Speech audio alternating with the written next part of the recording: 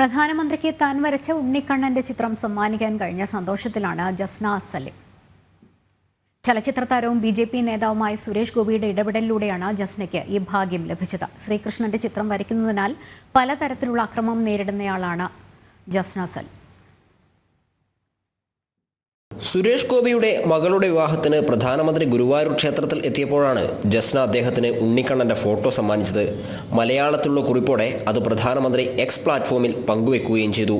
പലരും എൻ്റെ അടുത്ത് പറയുന്നുണ്ട് എൻ്റെ ഭാഗ്യമാണ് എന്ന് പറയുന്നുണ്ട്.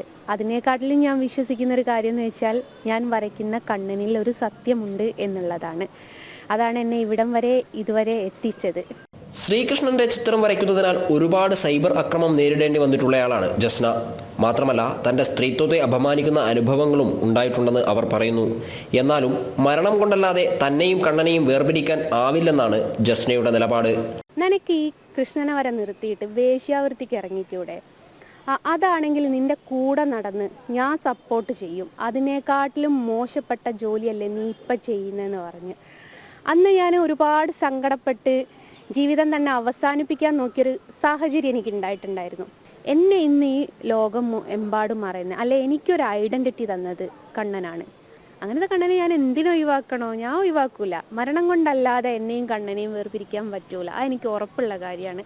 9ാം ക്ലാസ്സിൽ പഠനം അവസാനിപ്പിക്കേണ്ടി വന്ന ചിത്രം വരെ പഠിച്ചിട്ടില്ലാത്ത ജസ്ന കൃഷ്ണചിത്രങ്ങൾ കൊണ്ട് വിസ്മയം തീർക്കുകയാണ്.